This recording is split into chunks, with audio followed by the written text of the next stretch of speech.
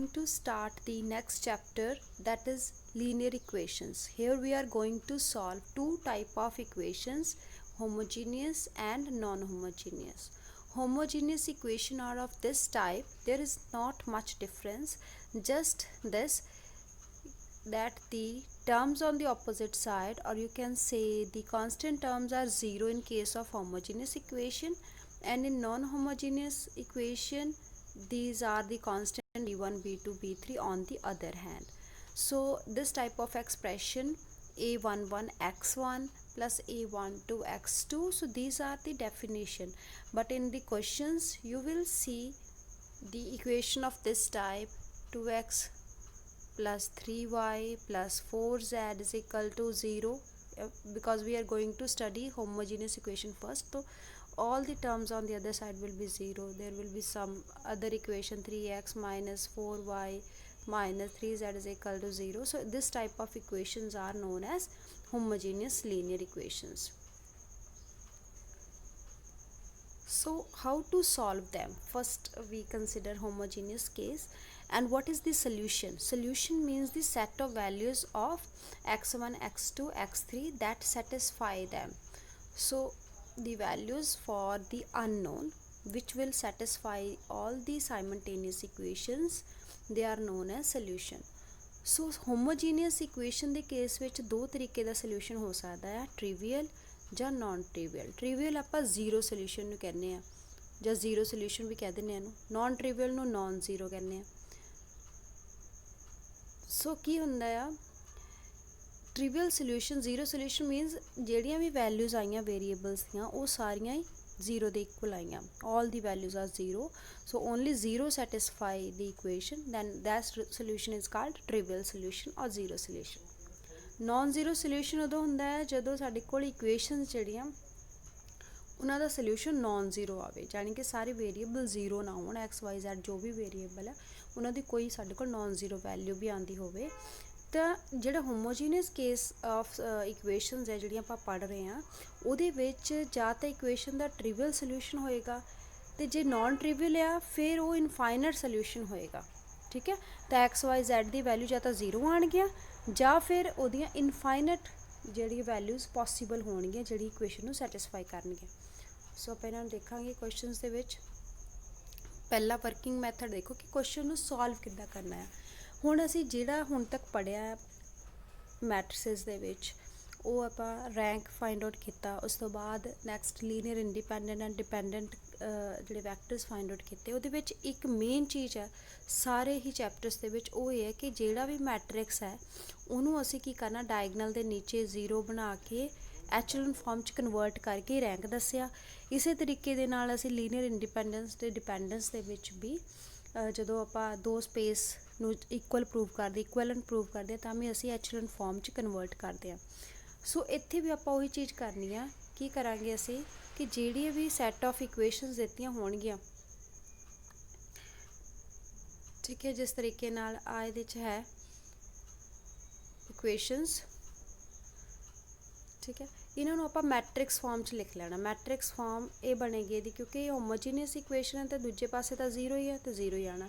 ਇਹ ਕੀ ਹੈ, ਜਿਹੜਾ ਕੋਫੀਸ਼ੀਐਂਟ ਦੇ ਨਾਲ ਮੈਟ੍ਰਿਕਸ ਬਣਨਾ ਆ, x1 x2 xn ਦਾ ਕੋਫੀਸ਼ੀਐਂਟ ਲਿਖ ਕੇ ਰੋ ਵਾਈਜ਼ ਇਸੇ ਤਰੀਕੇ ਨਾਲ ਇਹ ਸਾਡੇ ਕੋਲ ਇੱਕ ਮੈਟ੍ਰਿਕਸ ਬਣ ਜਾਏਗਾ. ਇਹ ਆਪਾਂ ਕੀਤਾ ਹੋਇਆ ਆਲਰੇਡੀ ਲੋਅਰ ਕਲਾਸਿਸ ਦੇ ਵਿੱਚ, ਜਦੋਂ ਅਸੀਂ ਮੈਟ੍ਰਿਕਸ ਮੈਥਡ ਦੇ ਨਾਲ ਲੀਨੀਅਰ ਇਕੁਏਸ਼ਨਸ ਨੂੰ ਸੋਲਵ ਕਰਦੇ ਹਾਂ ਤਾਂ ਆਪਾਂ ਇਸ ਤਰੀਕੇ ਨਾਲ ਕੋਫੀਸ਼ੀਐਂਟ ਮੈਟ੍ਰਿਕਸ ਲਿਖਦੇ ਹਾਂ.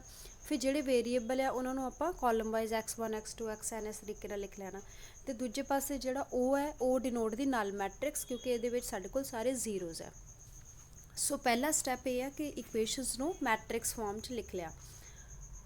ਉਸ ਤੋਂ ਬਾਅਦ ਨੈਕਸਟ ਸਟੈਪ ਕੀ ਹੈ ਕਿ ਤੁਸੀਂ ਹੁਣ ਉਹ ਜਿਹੜਾ ਮੈਟ੍ਰਿਕਸ ਲਿਖਿਆ ਸੀ ਏ ਦਾ, ਯਾਨੀ ਕਿ ਕੋਫੀਸ਼ੀਐਂਟ ਮੈਟ੍ਰਿਕਸ, ਉਹਦਾ ਡਿਟਰਮੀਨੈਂਟ ਸੋਲਵ ਕਰਨਾ ਹੈ. ਠੀਕ ਹੈ, ਔਰ ਜੇ ਇਹਦਾ ਡਿਟਰਮੀਨੈਂਟ, ਕਿਉਂਕਿ ਡਿਟਰਮੀਨੈਂਟ ਜਾਂ ਤਾਂ ਜ਼ੀਰੋ ਆਏਗਾ ਜਾਂ ਨੋਨ ਜ਼ੀਰੋ ਆਏਗਾ. ਜੇ ਨੋਨ ਜ਼ੀਰੋ ਆਉਂਦਾ ਆ, ਨੋਟ ਇਕੁਅਲ ਟੂ ਜ਼ੀਰੋ, ਫਿਰ ਇਹਨਾਂ ਇਕੁਏਸ਼ਨ ਦਾ ਸੋਲਿਊਸ਼ਨ ਸਿਰਫ ਆਹੀ ਹੋਏਗਾ x1 x2 xn all are zero, ਜਿਹਨੂੰ ਆਪਾਂ ਟ੍ਰਿਵੀਅਲ ਸੋਲਿਊਸ਼ਨ ਬੋਲਦੇ ਹਾਂ. ਸੋ ਸਾਡਾ ਕੁਐਸਚਨ ਇੱਥੇ ਖਤਮ ਹੋ ਜਾਏਗਾ, ਕਿਉਂਕਿ ਸੋਲਿਊਸ਼ਨ ਹੀ ਤਾਂ ਕਰਨਾ ਸੀ, ਸੋਲਵ ਕਰਨਾ ਸੀ ਇਕੁਏਸ਼ਨਸ ਨੂੰ. ਸੋ ਟ੍ਰਿਵੀਅਲ ਸੋਲਿਊਸ਼ਨ ਆਏਗਾ ਅਗਰ ਡਿਟਰਮੀਨੈਂਟ ਨੋਟ ਇਕੁਅਲ ਟੂ ਜ਼ੀਰੋ ਆਉਂਦਾ ਹੈ. ਅਗਰ ਡਿਟਰਮੀਨੈਂਟ ਇਕੁਅਲ ਟੂ 0 ਆ ਜਾਂਦਾ ਆ, ਫਿਰ ਅਸੀਂ ਅੱਗੇ ਸੋਲਵ ਕਰਾਂਗੇ। ਇਹਦੇ ਵਿੱਚ ਤੁਸੀਂ ਇਹ ਧਿਆਨ ਨਾਲ ਦੇਖੋ ਕਿ ਜਿੱਦਾਂ ਆਪਾਂ ਲੋਅਰ ਕਲਾਸਿਸ +2 ਦੇ ਵਿੱਚ ਕਰਦੇ ਸੀ ਨਾ ਮੈਟ੍ਰਿਕਸ ਮੈਥਡ ਦੇ ਨਾਲ ਇਕੁਏਸ਼ਨ ਸੋਲਵ, ਉਦੋਂ ਉਲਟਾ ਹੁੰਦਾ ਸੀ ਕਿ ਅਗਰ ਡਿਟਰਮੀਨੈਂਟ 0 ਆ ਜਾਂਦਾ ਆ ਫਿਰ ਆਪਾਂ ਕਹਿੰਦੇ ਹਾਂ ਕਿ ਨੋ ਸੋਲਿਊਸ਼ਨ। ਇਹਦੇ ਜਦੋਂ ਡਿਟਰਮੀਨੈਂਟ ਨਾਟ ਇਕੁਅਲ ਟੂ 0 ਆਉਂਦਾ ਫਿਰ ਆਪਾਂ ਅੱਗੇ ਏ ਇਨਵਰਸ ਸੋਲਵ ਕਰਦੇ ਸੀ ਅਤੇ ਫਿਰ ਇਕੁਏਸ਼ਨਸ ਨੂੰ ਸੋਲਵ ਕਰਦੇ ਸੀ। ਠੀਕ ਹੈ, ਇਹਦੇ ਵਿੱਚ ਇਹ ਚੀਜ਼ ਜਿਹੜੀ ਆ ਇਹ ਉਹਦਾ ਰਿਵਰਸ ਹੈ ਕਿ ਇਹਦੇ ਵਿੱਚ ਅਗਰ ਡਿਟਰਮੀਨੈਂਟ ਨਾਟ 0 ਆਉਂਦਾ ਆ ਹੋਮੋਜੀਨੀਅਸ ਦੇ ਵਿੱਚ, ਤਾਂ ਅੱਗੇ ਨਹੀਂ ਆਪਾਂ ਕਰਨਾ ਕਿਉਂਕਿ 0 ਸੋਲਿਊਸ਼ਨ ਹੋਏਗਾ ਇਹਦਾ। ਜੇ ਡਿਟਰਮੀਨੈਂਟ 0 ਆਉਂਦਾ ਫਿਰ ਆਪਾਂ ਅੱਗੇ ਕਰਾਂਗੇ, ਇਕੁਏਸ਼ਨ ਨੂੰ ਸੋਲਵ ਕਰਾਂਗੇ ਔਰ ਇਹਦਾ ਨੋਨ ਟ੍ਰਿਵੀਅਲ ਸੋਲਿਊਸ਼ਨ ਹੋਏਗਾ, ਉਹ ਆਪਾਂ ਫਾਈਂਡ ਆਊਟ ਕਰਾਂਗੇ। ਠੀਕ ਹੈ, ਤੋ ਉਸ ਤੋਂ ਬਾਅਦ ਕਰਨਾ ਕਿੱਦਾਂ ਹੈ? ਜੇ ਹੁਣ ਸਾਡੇ ਕੋਲ ਡਿਟਰਮੀਨੈਂਟ 0 ਆ ਗਿਆ, ਆਪਾਂ ਨੂੰ ਨੋਨ ਟ੍ਰਿਵੀਅਲ ਸੋਲਿਊਸ਼ਨ ਚਾਹੀਦਾ ਹੈ, ਕਿੱਦਾਂ ਆਏਗਾ ਸੋਲਿਊਸ਼ਨ? ਉਹਦੇ ਲਈ ਕੀ ਕਰਾਂਗੇ ਕਿ ਜਿਹੜਾ ਮੈਟ੍ਰਿਕਸ A ਆ ਇਹਨੂੰ ਐਚਲਨ ਫਾਰਮ 'ਚ ਕਨਵਰਟ ਕਰਨਾ। ਐਚਲਨ ਫਾਰਮ 'ਚ ਕਨਵਰਟ ਕਰ ਲਿਆ, ਉਸ ਤੋਂ ਬਾਅਦ ਜਿੱਦਾਂ ਆਪਾਂ ਇਕੁਏਸ਼ਨਸ ਤੋਂ ਇਹ ਮੈਟ੍ਰਿਕਸ ਬਣਾਇਆ ਸੀ, ਸਿਮਿਲਰਲੀ ਇਸ ਮੈਟ੍ਰਿਕਸ ਤੋਂ ਜਿਹੜੀ ਐਚਲਨ ਫਾਰਮ ਬਣ ਜਾਏਗੀ ਨਾ, ਉਹਦੇ ਤੋਂ ਦੁਬਾਰਾ ਅਸੀਂ ਇਕੁਏਸ਼ਨਸ ਲਿਖਾਂਗੇ ਅਤੇ ਉਹਨੂੰ ਸੋਲਵ ਕਰ ਲਾਂਗੇ, ਜੋ ਬਹੁਤ ਸਿੰਪਲ ਹੋਣਗੇ ਇਕੁਏਸ਼ਨ। ਉਹਦੇ ਵਿੱਚ ਇੱਕ ਸਟੈਪ ਦੇ ਵਿੱਚ ਹੀ ਆਨਸਰ ਸਾਨੂੰ ਮਿਲ ਜਾਏਗਾ। ਇਹ ਆਪਾਂ ਦੇਖਾਂਗੇ ਐਗਜ਼ਾਮਪਲਸ ਦੇ ਵਿੱਚ। ਹੁਣ ਪਹਿਲਾਂ ਆਪਾਂ ਦੇਖਦੇ ਹਾਂ ਇੱਕ ਐਗਜ਼ਾਮਪਲ ਫਸਟ ਵਨ ਕਿ ਅਗਰ ਤੁਹਾਡੇ ਕੋਲ ਇਕੁਏਸ਼ਨਸ ਹੈ, ਆ 3 ਇਕੁਏਸ਼ਨਸ ਦਿੱਤੀਆਂ ਹੋਈਆਂ ਲੀਨੀਅਰ ਇਕੁਏਸ਼ਨਸ, ਕੀ ਕਰਨਾ ਇਹਦੇ ਵਿੱਚ? Determine the value of lambda so that these equations have non-zero solution. So again read this question, determine the value of lambda so that these equation have non-zero solution. तो ਆਪਾਂ ਦੇਖਿਆ ਕਿ ਜਿਹੜੀਆਂ equations ਆ ਉਹ ਹੈਗੀਆਂ homogeneous, ਇੱਥੇ equal to 0 ਆਉਣਾ। तो ये homogeneous equation है ਸਾਰੀਆਂ। ਹੋਮੋਜੀਨੀਅਸ ਇਕੁਏਸ਼ਨ ਦੇ ਵਿੱਚ ਨੋਨ ਜ਼ੀਰੋ ਸੋਲਿਊਸ਼ਨ ਜਾਂ ਨੋਨ ਟ੍ਰਿਵੀਅਲ ਸੋਲਿਊਸ਼ਨ ਕਦੋਂ ਆਉਂਦਾ ਹੈ? ਜਦੋਂ ਡਿਟਰਮੀਨੈਂਟ 0 ਹੋਵੇ। ਠੀਕ ਹੈ, ਉਹਨੇ ਸੋਲਿਊਸ਼ਨ ਨਹੀਂ ਇਹਦਾ ਪੁੱਛਿਆ, ਸਿਰਫ ਇਹ ਪੁੱਛਿਆ ਕਿ ਲੈਮਡਾ ਦੀ ਵੈਲਿਊ ਕੀ ਹੋਏਗੀ ਕਿ ਨਾ ਇਕੁਏਸ਼ਨ ਦਾ ਸੋਲਿਊਸ਼ਨ ਨੋਨ ਜ਼ੀਰੋ ਆਵੇ। ਸੋ ਆਪਾਂ ਕੀ ਕਰਨਾ, ਇਕੁਏਸ਼ਨਸ ਹੈ ਇਹਦੇ ਕੋਰਸਪੋਂਡਿੰਗ ਮੈਟ੍ਰਿਕਸ ਲਿਖ ਲੈਣਾ। ਮੈਟ੍ਰਿਕਸ ਇਕੁਏਸ਼ਨ ਕੀ ਬਣੇਗੀ? ਇਹਦੇ ਕੋਫੀਸ਼ੀਐਂਟ ਦੇਖੋ, ਪਹਿਲੀ ਇਕੁਏਸ਼ਨ ਦੇ ਵਿੱਚ XYZ ਦੇ ਕੋਫੀਸ਼ੀਐਂਟ ਕੀ ਆ? 2 1 2, ਇੱਧਰ ਲਿਖ ਲਿਆ। ਫਿਰ ਅਗਲੀ ਇਕੁਏਸ਼ਨ ਦੇ ਵਿੱਚ ਕੋਫੀਸ਼ੀਐਂਟ ਹੈ 1 1 3, ਨੈਕਸਟ रो ਆ ਗਈ। ਫਿਰ ਲਾਸਟ ਜਿਹੜੀ ਇਕੁਏਸ਼ਨ ਉਹਦੇ ਵਿੱਚ ਕੋਫੀਸ਼ੀਐਂਟ ਹੈ 4 3 ਅਤੇ ਲੈਮਡਾ। ਸੋ ਇਸ ਤਰੀਕੇ ਨਾਲ ਅਸੀਂ ਇਹਦੇ ਵਿੱਚ ਲਿਖ ਲਿਆ A ਮੈਟ੍ਰਿਕਸ।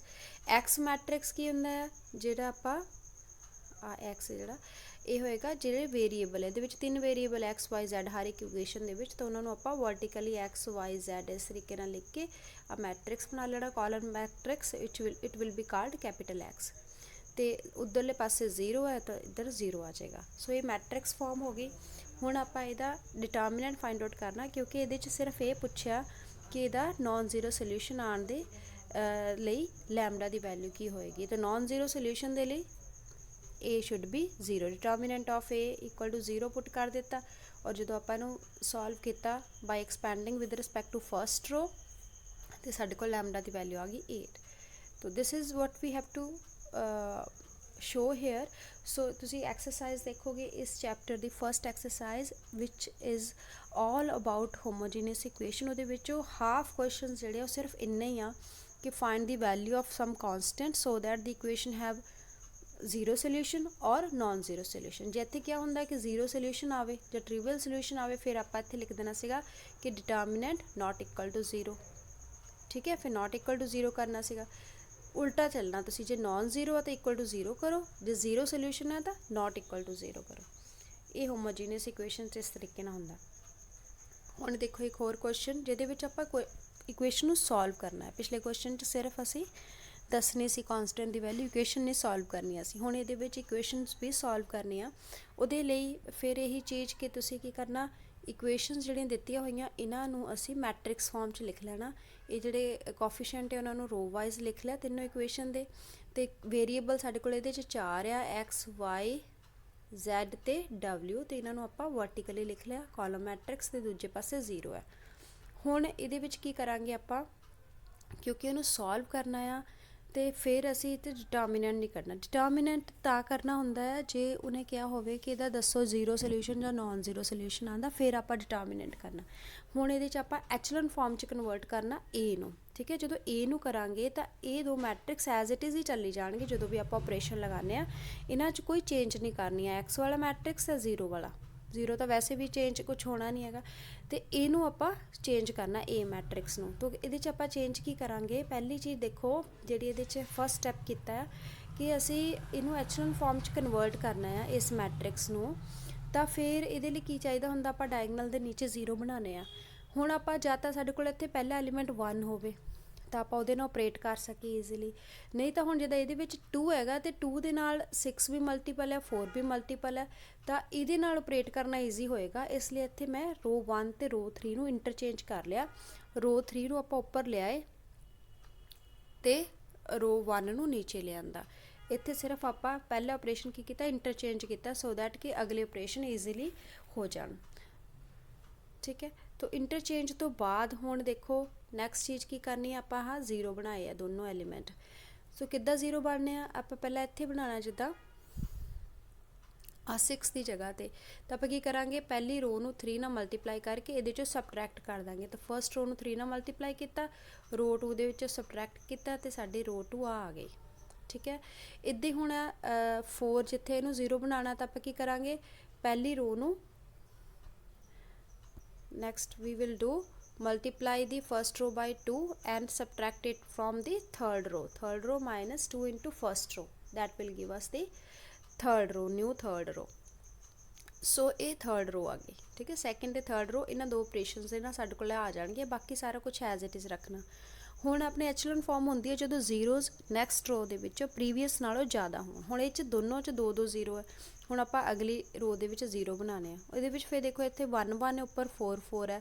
ਤਾਂ ਜਾਂ ਤਾਂ ਨੀਚੇ ਇਹਨੂੰ 4 ਨਾਲ ਮਲਟੀਪਲਾਈ ਕਰਕੇ ਫਿਰ ਸਬਟਰੈਕਟ ਕਰ ਲਓ, ਜਾਂ ਫਿਰ ਪਹਿਲਾਂ ਇੰਟਰਚੇਂਜ ਕਰ ਲਓ। ਇੱਥੇ ਮੈਂ ਇੰਟਰਚੇਂਜ ਕੀਤਾ ਕਿ 1 1 ਨੂੰ ਉੱਪਰ ਲਿਆਉਣਾ, ਕਿਉਂਕਿ 1 ਨਾਲ ਕੋਈ ਵੀ ਆਪਰੇਸ਼ਨ ਲਗਾਉਣਾ ਈਜ਼ੀ ਹੁੰਦਾ ਆ।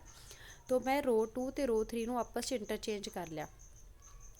ਹੁਣ ਇਹਦੇ ਨਾਲ ਕੀ ਹੋਏਗਾ ਕਿ ਤੁਹਾਡੇ ਕੋਲ ਜਿਹੜੀ ਟਰਮਸ ਆ ਉਹ ਈਜ਼ੀ ਹੋ ਗਈਆਂ। ਹੁਣ ਇੱਥੇ ਆਪਾਂ 4 ਨਾਲ ਮਲਟੀਪਲਾਈ ਕੀਤਾ, ਆ ਦੇਖੋ ਇੱਥੇ ਲਿਖਿਆ 4 ਨਾਲ ਮਲਟੀਪਲਾਈ ਕੀਤਾ ਰੋ 2 ਨੂੰ, ਅਤੇ ਇਹਨੂੰ ਥਰਡ ਰੋ ਦੇ ਵਿੱਚੋਂ ਸਬਟਰੈਕਟ ਕਰ ਦਿੱਤਾ। ਉਹਦੇ ਨਾਲ ਕੀ ਹੋਏਗਾ, ਕਿਉਂਕਿ ਜਦੋਂ 4 ਨਾਲ ਮਲਟੀਪਲਾਈ ਕਰਕੇ ਇੱਥੋਂ ਸਬਟਰੈਕਟ ਕਰੋਗੇ ਦੋਨੋਂ ਹੀ ਜ਼ੀਰੋ ਬਣ ਜਾਣੇ, ਤਾਂ ਜਿਹੜੀ ਥਰਡ ਰੋ ਪੂਰੀ ਜ਼ੀਰੋ ਬਣ, ਅਤੇ ਬਾਕੀ ਜਿਹੜੇ ਆ ਐਚਲਨ ਫਾਰਮ ਅਬਟੇਨ ਹੋ ਗਈ ਆ। ਹੁਣ ਐਚਲਨ ਫਾਰਮ ਅਬਟੇਨ ਹੋਣ ਤੋਂ ਬਾਅਦ ਕੀ ਕਰਨਾ ਕਿ ਜਿੱਦਾਂ ਆਪਾਂ ਇਕੁਏਸ਼ਨਸ ਤੋਂ ਇਹ ਮੈਟ੍ਰਿਕਸ ਫਾਰਮ ਲਿਖੀ ਸੀ, ਹੁਣ ਇੱਦਾਂ ਮੈਟ੍ਰਿਕਸ ਫਾਰਮ ਤੋਂ ਇਕੁਏਸ਼ਨ ਲਿਖਣੀ ਆ। ਉਹ ਸਿੰਪਲ ਚੀਜ਼ ਹੈ, ਜੇ ਆਪਾਂ ਇੱਥੇ ਮਲਟੀਪਲਾਈ ਕਰਦੀ ਹਾਂ ਇਹਨੂੰ ਆਹ ਮੈਟ੍ਰਿਕਸ ਨੂੰ ਦੂਸਰੇ ਮੈਟ੍ਰਿਕਸ ਨਾਲ, ਤਾਂ ਇਹਨੂੰ ਆਪਾਂ ਮੈਟ੍ਰਿਕਸ ਨੂੰ ਮਲਟੀਪਲਾਈ ਕਰੀਦਾ ਰੋ ਨੂੰ ਕਾਲਮ ਨਾਲ, ਤਾਂ ਇਹ ਬਣ ਜਾਏਗਾ 2x + y + 0 × z + 1 × w। ਇਹਦੀ ਦੂਸਰੀ ਜਿਹੜੀ ਰੋ ਹੈ ਉਹਨੂੰ ਮਲਟੀਪਲਾਈ ਕਰਾਂਗੇ ਤਾਂ ਸਾਡੇ ਕੋਲ ਆ ਜਾਏਗਾ 0 × x 0 × y 1 × z and 1 × w is equal to 0 on the other hand। तो ਇਹਨਾਂ ਦੋਨੋਂ ਮੈਟ੍ਰਿਸਿਸ ਨੂੰ ਮਲਟੀਪਲਾਈ ਕਰਕੇ ਇਕੁਏਟ ਕਰਤਾ, ਸਾਡੇ ਕੋਲ ਦੋ ਇਕੁਏਸ਼ਨਸ ਆ ਗਈਆਂ। ਜਿਹੜੀ ਸੈਕਿੰਡ ਇਕੁਏਸ਼ਨ ਹੈ ਉਹਦੇ ਵਿੱਚ ਆਇਆ z + w is equal to 0, ਜਿਹਦੇ ਵਿੱਚੋਂ ਅਸੀਂ z ਦੀ ਵੈਲਿਊ -w ਲਿਖ ਸਕਦੇ ਹਾਂ। ਅਤੇ ਹੁਣ ਇਹ z ਦੀ ਵੈਲਿਊ ਅਗਰ ਉੱਪਰ z ਹੁੰਦਾ ਇੱਥੇ ਹੁੰਦਾ ਤਾਂ ਆਪਾਂ ਪੁੱਟ ਕਰ ਦੇਣੀ ਸੀ, ਹੁਣ ਇਹ 'ਚ ਤਾਂ ਆਲਰੇਡੀ ਹੈ ਹੀ ਨਹੀਂ। ਤਾਂ ਇਹਦੇ ਵਿੱਚ 3 ਵੇਰੀਏਬਲ ਆਏ x y ਅਤੇ w, ਉਹਦੇ ਵਿੱਚੋਂ ਆਪਾਂ y ਦੀ ਵੈਲਿਊ x ਦੀ ਵੀ ਲਿਖ ਸਕਦੇ, ਤੁਹਾਡੀ ਮਰਜ਼ੀ ਆ। ਕਿਉਂਕਿ ਦੇਖੋ ਇਸ ਕੁਐਸਚਨ ਦੇ ਵਿੱਚ ਸਾਡੇ ਕੋਲ 4 ਵੇਰੀਏਬਲ ਸੀਗੇ x y z w, ਅਤੇ ਇਕੁਏਸ਼ਨ ਜਿਹੜੀਆਂ ਸਾਡੇ ਕੋਲ ਲਾਸਟ ਬਚੀਆਂ ਆਫਟਰ ਐਚਲਨ ਫਾਰਮ, ਸਾਡੇ ਕੋਲ 2 ਇਕੁਏਸ਼ਨ ਹੀ ਬਚੀਆਂ, ਠੀਕ ਹੈ। ਤਾਂ ਜਿੰਨੇ ਟੋਟਲ ਵੇਰੀਏਬਲ ਹੋਣ ਅਤੇ ਜਿੰਨੀਆਂ ਇਕੁਏਸ਼ਨਸ ਬਚਣ ਤਾਂ ਦੋਨਾਂ ਦਾ ਡਿਫਰੈਂਸ ਆ ਗਿਆ 2। ਇਹਦਾ ਮਤਲਬ ਸਾਡੇ ਕੋਲ ਸਿਰਫ 2 ਵੇਰੀਏਬਲ ਦੀ ਵੈਲਿਊ ਹੀ ਆਏਗੀ ਇਸ ਮੈਥਡ ਦੇ ਨਾਲ। ਤਾਂ ਇਹ ਉਹ ਜਿਹੜੇ ਮਰਜ਼ੀ ਹੋ ਸਕਦੇ, ਜਿੱਦਾਂ ਆਪਾਂ ਇਹਦੇ ਵਿੱਚ z ਦੀ ਅਤੇ y ਦੀ ਵੈਲਿਊ ਲਿਖ ਲਈ, ਬਾਕੀ x ਅਤੇ w ਦੀ ਫਾਰਮ ਦੇ ਵਿੱਚ ਹੀ ਆਇਆ ਆਨਸਰ। ਸੋ ਹੁਣ ਕੀ ਕਰਨਾ ਆ, ਹੁਣ ਕਿਉਂਕਿ ਸਾਡੇ ਕੋਲ 4 ਵੇਰੀਏਬਲ ਦੇ ਵਿੱਚੋਂ 2 ਦੀ ਵੈਲਿਊ ਆਈ, 2 ਦਾ ਰਿਲੇਸ਼ਨ ਆਇਆ, ਬਾਕੀ 2 ਜਿਹੜੇ ਆ ਉਹ ਉਹਦੇ ਵਿੱਚ ਐਕਸਪ੍ਰੈਸ ਕੀਤਾ ਆ, ਤਾਂ ਸਾਡੇ ਕੋਲ ਕੋਈ ਕਾਂਸਟੈਂਟ ਵੈਲਿਊ ਨਹੀਂ ਆਈ। ਇਸ ਲਈ ਆਪਾਂ ਦੋਨੋਂ ਵੇਰੀਏਬਲ ਜਿਹੜੇ ਆ ਰਹੇ ਇੱਥੇ x ਅਤੇ w, ਇਹਦੀ ਵੈਲਿਊ ਅਸੀਂ ਆਪ ਅਜ਼ਿਊਮ ਕਰਨੀ ਹੈ। ਇਹਨੂੰ a ਵੀ ਲੈ ਸਕਦੇ ਆ, l m ਲੈ ਸਕਦੇ ਆ, ਕੁਛ ਵੀ ਆਪਾਂ ਵੈਲਿਊਜ਼ ਦੇ ਦਿੱਤੀਆਂ। ਤਾਂ ਆਪਾਂ ਇਹਦੇ 'ਚ x ਨੂੰ a ਅਤੇ y ਨੂੰ w ਨੂੰ b ਲੈ ਲਿਆ। ਹੁਣ ਇਹ ਵੈਲਿਊਜ਼ ਇੱਥੇ y ਅਤੇ z ਦੇ ਵਿੱਚ ਪੁੱਟ ਕਰਦੇ ਆ, ਤਾਂ ਸਾਡੇ ਕੋਲ y ਤੇ z the value we a b the farm 'ਚ ਆ ਗਈ। ਤਾਂ ਇਸ ਤਰੀਕੇ ਨਾਲ x y z ਤੇ w the answer a b the farm 'ਚ ਆਇਆ। a b ਕੀ ਹੈ, they can be any real numbers. तो अगर ये रियल नंबर है तो रियल नंबर आप कुछ भी वैल्यू पुट कर दी, पहले 1 पुट कर लो, ए नू बी नू 0 पुट कर लो, तो साढ़े कोल एक आंसर है। फिर ए नू 2 पुट कर लो, है ना। इस तरीके नाल जिद्दां भी तुसीं इहनूं सबस्टिट्यूट करोगे उद्दां उद्दां इहदे आंसर आते जाणगे। तो किन्ने आंसर आणगे इहदे? इनफाइनट। इस करके होमोजीनस इक्वेशन का सल्यूशन जां तां 0 हुंदा, सारी वैल्यू 0 आ जांदियां, ਜਾਂ फिर इनफाइनट वैल्यूज़ आनियां। तो इनफाइनट वैल्यूज़ किस तरीके नाल सॉल्व करनियां ये तुसीं देखिया हुणे। तो तीसरी तरह का क्वेश्चन जिहड़ा इहदे विच आंदा आ इस फस्ट एक्सरसाइज होमोजीनियस इक्वेशन नूं सॉल्व करन दे विच, वो है find the basis and solution space of the system of this equation. तो इहदा हाफ पार्ट तो सेम ही है कि जिहड़ियां भी इक्वेशनस आ उन्हां नूं असीं मैट्रिक्स फॉर्म दे विच लिख लिया, उस तो बाद असी उन्होंने कन्वर्ट किया एचलन फॉर्म 'ਚ। फिर उस तरीके नाल हुणे आपां बहुत बारी कर चुके हैं, यू नो दैट कि असी जीरोज़ बनाने आ, ठीक है। तो ये देखो ये भी आप जो हुण इस रो दे विच 0 बनाना, थर्ड दे विच तां इहनूं 2 नाल मल्टीप्लाई करके सबट्रैक्ट किया तो सारे 0 बन जाएंगे एलीमेंट्स। तो थर्ड रो पूरी 0 बन गई। हुण एचलन फॉर्म ऑबटेन्ड हो गई आ। तो की करना है हुण आपां देखना कि किन्ने सी साडे कोल इस क्वेश्चन दे विच साडे कोल जिद्दां इत्थे लिखिया होया 5 variable X Y Z S T, 5 variable आ। तो किन्नियां नॉन ज़ीरो रोज़ आईयां साडे कोल 2 आईयां। तो इहदा मतलब बाकी बचिया 3। इट मीनस कि साडे कोल जिहड़ी 3 इक्वेशनस आ ते 3 वेरीएबल आ वो अननोन ही रह जाणगे इहदे विच, ठीक है। 3 अननोन रह जाणगे, सिर्फ 2 की वैल्यू आएगी क्योंकि 2 इक्वेशन है तो 2 की वैल्यू ही आनी है साडे कोल। सो इन्हां की करना सी, ये तो सानूं पता चल गया कि 3 सानूं वेरीएबल जिहड़े आ वो अननोन रहणगे, उन्हां दी वैल्यू नहीं मिलनी। तो बाकी जिहड़ी आएगी वो इन्हें इक्वेशनस नूं मल्टीप्लाई करके दुबारा आपां लिख लिया रोज़ नूं मल्टीप्लाई करके। तो उहदे विचों जिहड़ी भी वैल्यू आती, जिद्दां सैकेंड इक्वेशन टू Z आ गया एस टी दी फॉर्म 'ਚ, हुण Z आपां उपर इक्वेशन 'ਚ पुट करदा इत्थे, तो साडे कोल ये रिलेशन मिल गया। इहदे विचों किसी भी एक दी वैल्यू साडी मर्जी है, किहड़ी मर्जी लै सकदे, एक्स सॉल्व कर लिया तो Z आ गया तो एक्स आ गया। तो 3 अननोन रह गए किहड़े, वाई एस ते टी, ठीक है। हुण इहदे विच ये क्वेश्चन च अगर सल्यूशन पुछया हुंदा ना कि इहनूं सॉल्व करो, फिर असी वाई एस ते टी नूं 3 value they देणियां C, A B ते सी, तो वो आपां इत्थे पुट करके साडे कोल Z ते एक्स भी आ जाना सी। पंजों वेरीएबल की वैल्यू ए बी सी की फॉर्म 'ਚ आनी सी। तो आपां इन्हां नूं कहना सी कि इनफाइनट सल्यूशन है क्योंकि ए बी सी की वैल्यू कुछ भी लई जा सकती है रियल नंबरस दे विचों। पर यह क्वेश्चन सीगा बेसिस फाइंड आउट करन दा, इसलिए इहदा इत्थों हुण इहदा डिफरेंस शुरू हो गया कि किस तरीके नाल करना कि आपां जिहड़ा बेसिस लिखण दे लई जिहड़े भी वेरीएबल्स आ लिखे हुए हैं X Y Z S T, इन्हां नूं इसी तरह कॉलम वाइज लिखना। इहदे च जिहड़ियां वैल्यू तुहाडे कोल आईयां, जिद्दां इहदे चों एक्स की वैल्यू आई वो आपां पुट कर दित्ती, साडे कोल जैड की वैल्यू आई वो पुट कर दी। 3 अपने कोल अननोन रह गए सीगे, वाई एस ते टी, वो वाई एस ते टी एज इट इज़ रहिंदे ने, उन्हां नूं आपां कुछ नहीं करना। हुण साडे कोल 3 वैल्यूज़ ही बचियां वाई एस ते टी। आपां की करना है, वाई एस ते टी नूं इस तरीके नाल बाहर लिख के इन्हां दे कोफिशिएंट्स दे नाल असीं बनाना है कॉलम, ठीक है, कॉलम वैक्टर्स जां कॉलम मैट्रिक्स। सो पहला वाई दे नाल आपां किद्दां देखना कि वाई दा कोफिशिएंट की है, जिद्दां फर्स्ट दे विच वाई दा कोफिशिएंट है -2 ते -2 लिखता, अगले च है 1 तो 1 लिखता, इहदे विच वाई है ही नहीं तो 0 आ गया, इहदे विच भी ये तिन्नां च वाई नहीं है, इस करके तीनों कोफिशिएंट 0 आ गए, ठीक है। Again we can see this.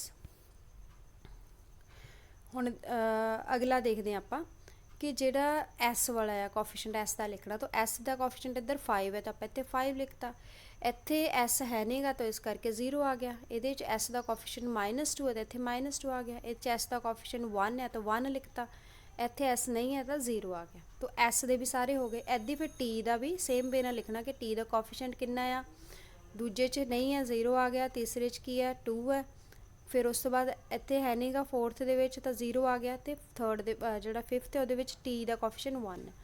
सो इस तरीके नाल असीं की कीता कि जिहड़े भी 3 अपने को बचे सीगे, सानूं इत्थों ही पता चल जाना कि साडे कोल किन्ने टोटल कोफिशिएंट है, तो किन्ने टोटल वेरीएबल है, तो किन्नियां इक्वेशन साडे कोल बचियां एचलन फॉर्म दे विच। 2 बचियां, 5 सीगे तो 2 की वैल्यू ही आनी है, 3 अननोन रह गए, तो तिन्नां नूं आपां इदां बाहर लिख लेना, तो अंदर जिहड़े कॉलम मैट्रिक्स आने आ इन्हां दे विच वैल्यू आपां लिखनी है इहदे विचों ਜਿਹੜੀ ਵੀ ਆਉਂਦੀ ਹੈ ਕੋਫੀਸ਼ੀਐਂਟ ਵਾਈਜ਼। ਸੋ ਇਹ ਤਿੰਨੋਂ ਜਿਹੜੇ ਆ ਜਦੋਂ ਆਪਾਂ ਇਹਨੂੰ ਵੈਕਟਰ ਦੀ ਫਾਰਮ 'ਚ ਲਿਖਾਂਗੇ ਇਹ ਬਣੇਗਾ ਇਹਦਾ ਬੇਸਿਸ। ਠੀਕ ਹੈ, ਆ ਲਿਖਿਆ ਹੋਇਆ ਇਹਦੇ 'ਚ। ਸੋ ਇਹ ਬੇਸਿਸ ਬਣ ਗਿਆ।